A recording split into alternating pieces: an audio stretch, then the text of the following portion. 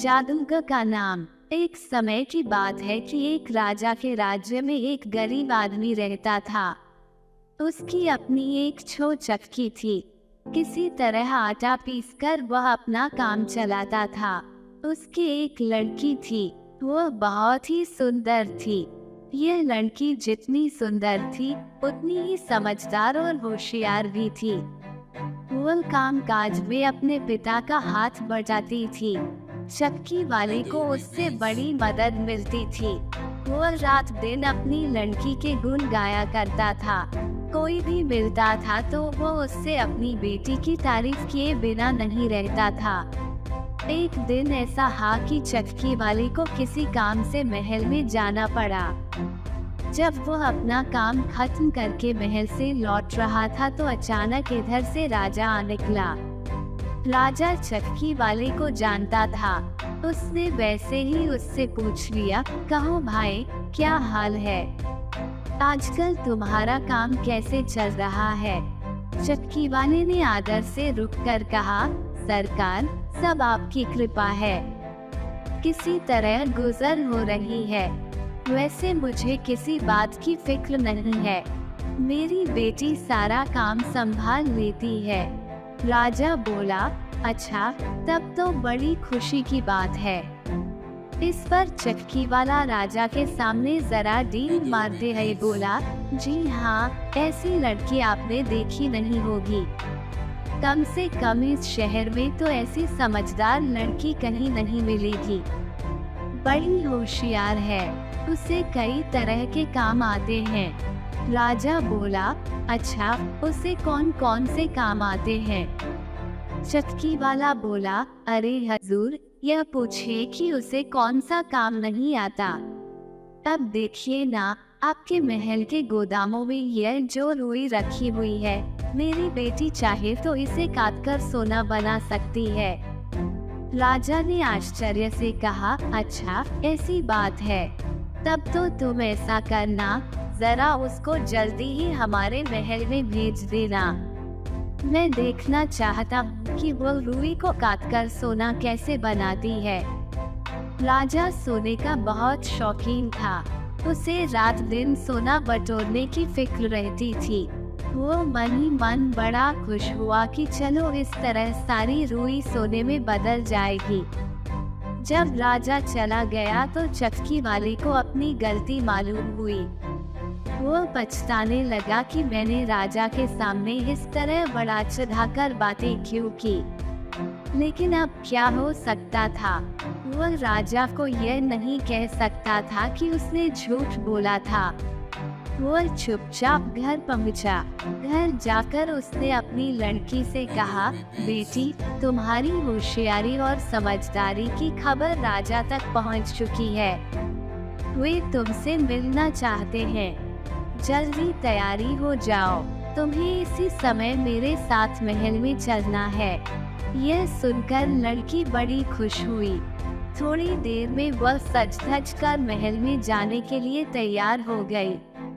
चक्की वाला अपनी लड़की को लेकर राजा के पास पहुंचा। राजा फौरन लड़की को उस बड़े से गोदाम में ले गया जहां रुई भरी हुई थी। राजा ने लड़की के लिए एक चरखा मंगवा दिया और कहा, लो, ये चरखा है, यहाँ बैठो, इससे रुई काटकर मेरे लिए सोना बना डालो। तुम्हारे पिता ने मुझे बताया है कि तुम रुई को काटकर सोना बना सकती हो। मैं कल सुबह आकर देखूंगा कि तुमने क्या काम किया है। अगर तुमने सोना नहीं बनाया तो मैं तुम्हारी गर्दन कटवा दूंगा। यह कहकर राजा वापस महल में लौट गया। बेचारी लड़की, उसकी तो समझ में ही नहीं आया कि क्या हो गया। वो तो बड़ी खुशी खुशी अपने पिता के साथ महल में आई थी। उसने सोचा था कि राजा जी उसकी तारीफ करेंगे और उसे इनाम देंगे। यहाँ तो बात ही उल्टी हो गई। उसने कभी सपने में भी नहीं सुना था कि रुई को काटकर सोना बनाया जा सकता है, और अब राजा ने उसको ऐसा ही करने का हुक्म दिया था। वो फूट फूट कर रोने लगी और अपनी तकदीर को कोसने लगी। धीरे धीरे शाम हो गई। लड़की हाथों से अपना मुंह छिपाए रोती रही। आंसुओं से जमीन गीली हो गई। उस बड़े से गोदाम में वह अकेली बैठी रो रही थी। वहाँ उसे मनाने वाला कोई नहीं था।